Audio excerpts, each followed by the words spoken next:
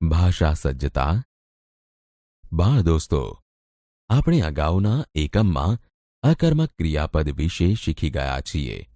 આજે આપણે ક્રિયાપદના વધુ એક પ્રકાર સકર્મક ક્રિયાપદ વિશે જાણકારી મેળવીએ. હવે અહીં આપેલા વાક્યો ધ્યાનથી વાંચો. પહેલું વાક્ય છે, તેમણે જવાબ આપ્યો.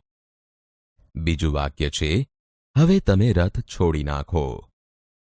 ત્રીજું વાક્ય છે, શ્રી કૃષ્ણે ઘોડા છોડી નાખ્યા. બાળ દોસ્તો, ઉપરના ત્રણેય વાક્યોમાં તમે કહેશો કે આપવું અને છોડી નાખવું એ ક્રિયા સૂચવતા પદો છે, એટલે કે ક્રિયાપદો છે.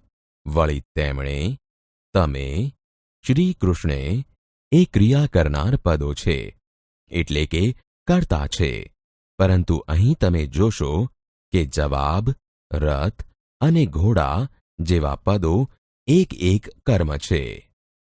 આમ અહીં આપેલા વાક્યોમાં આપવું અને નાખવું એ ક્રિયાપદોને એક જ કર્મ લગાડવાની જરૂર પડી હોવાથી આવા ક્રિયાપદો એક કર્મક કે સકર્મક છે.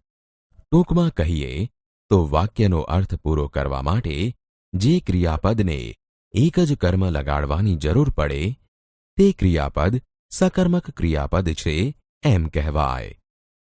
આ ઉપરાંત સકર્મક તરીકે ખાવું, મારવું, વાંચવું, મૂકવું, તોડવું, ફોડવું વગેરે જેવા ક્રિયાપદો પણ આવે છે.